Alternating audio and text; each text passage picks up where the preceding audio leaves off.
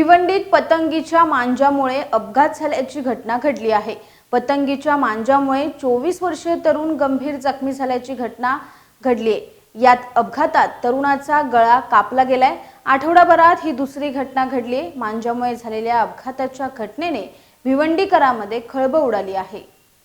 भिवंडीमधील स्वर्गीय बाळासाहेब ठाकरे उड्डाणपुलावर पतंगीच्या मांजामुळे अपघात झाल्याची घटना पुन्हा एकदा समोर आली आहे। 24 वर्षीय मसूद खान हा तरुण यामध्ये गंभीर जखमी झालाय।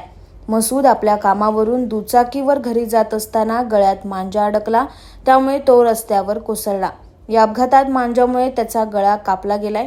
नागरिकांनी तत्काळ त्याला जवळच्या खासगी रुग्णालयात दाखल केले, मात्र प्रकृती गंभीर असल्यामुळे मसूदला पुढील उपचारासाठी ठाण्यातील ज्युपिटर रुग्णालयात हलवण्यात आले आहे। सध्या त्याच्यावर उपचार सुरू असून त्याची स्थिती चिंताजनक आहे।